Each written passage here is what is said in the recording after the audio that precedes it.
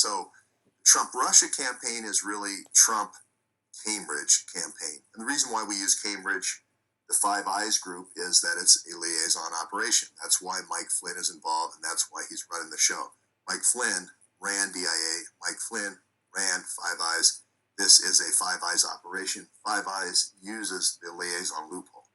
That's why I know I'm boring an ox. A lot of people have a very high image of Mike Flynn, but I'm just saying Mike Flynn is Five Eyes. Mike Flynn is Cambridge. If you look at all the people he associates with, Halper, Dearlove, etc., they're all Cambridge. Okay, and McFarlane, etc.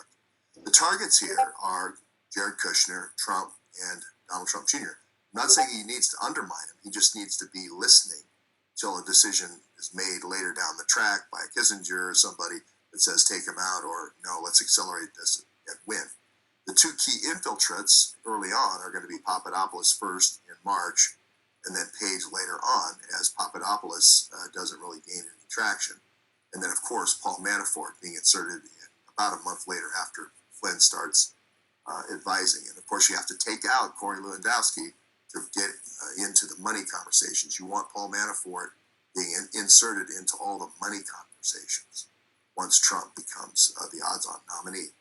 So if you look at it, if you just look at the timeline, Flynn has been to GRU in 2013, 2014. He goes to the Cambridge group, gets the translator. 2014, he goes all over Ukraine and meets with all these different people. I think he's going to meet with the Chalupas, who are the interface to all the Russians and so forth. Basically identifies all these people and gets up to speed for this interference campaign. Again, it's not a Russian interference campaign, it's a Cambridge interference campaign. And I do think this happened. The reason why they go with these facts is because they're true. They're just missing one word, which is the word Cambridge. So here, supposedly, there's this first contact with this London-based professor. Okay, Papadopoulos meets with Mifsud. Mifsud is Mossad. I mean, I don't think anybody is Ehud Barak's guy in Mark Rich's guy in London.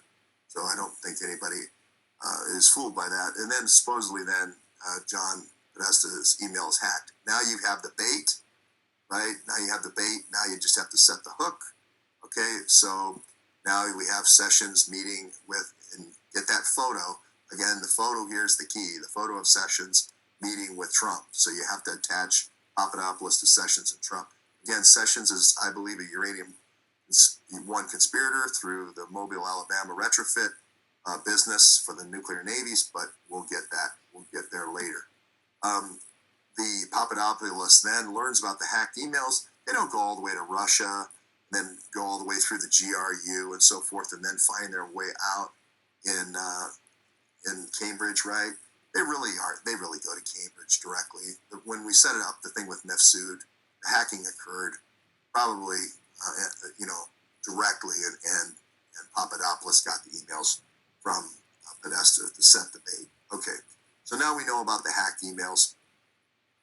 Manafort's been in the campaign. Now we undermine Lewandowski. Now Manafort is going to be where we need him to be, in the middle of all the campaign contribution discussions. Okay. Now Trump is the odds-on favorite, so we dossier him with Steele. Okay. Again, another Cambridge guy. All these guys are the Cambridge spy group. Right? So we set up first guy we have to take down. First target is Donald Trump Jr. Okay. So we bring in the illegal Russians.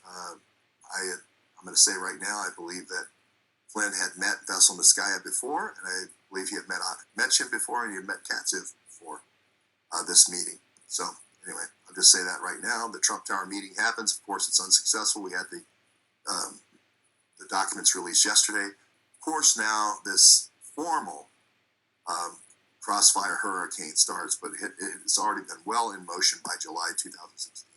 It's always the plan. Now, we try the second thing, which is the Carter Page going to Moscow, and we need to create the Rosneft, the oil play for peace. Then we have somebody change a document about the pro-Ukraine language as for that whole peace plan thing that we're developing. Now we're going to do the Russian nuclear talks with the Uranium One conspirator Jeff Sessions, and Kislyak. Kislyak has been the middleman since at least 2005 in Iran for the Iran nuclear deal, for the Iran smuggling of uranium, centrifuges for drugs, and weapons, Russian weapons for drugs. And then you have the whole WikiLeaks thing come out, right, with Lucifer and so forth, trying to pin that on Trump. This just fails horribly because it just put together in a very very poor way. Now all the money, most of the money gets assigned after the convention, so you really don't need Manafort in there anymore. What you want now is Bannon in there, because you may want to win. We may say, hey, let's let Trump win, and then we'll get rid of him after the election. We can put Pence in as the VP. And this is really where some decisions made here by a Kissinger or somebody who said, well, maybe Trump can win. Let's put Bannon in there, and that way we'll cover both sides of the aisle. And that's exactly what happened.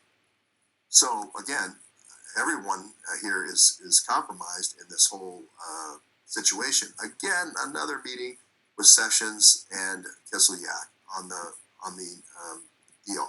Now, remember, we are also having Deripaska right around this time do an attempted rescue of Bob Levison.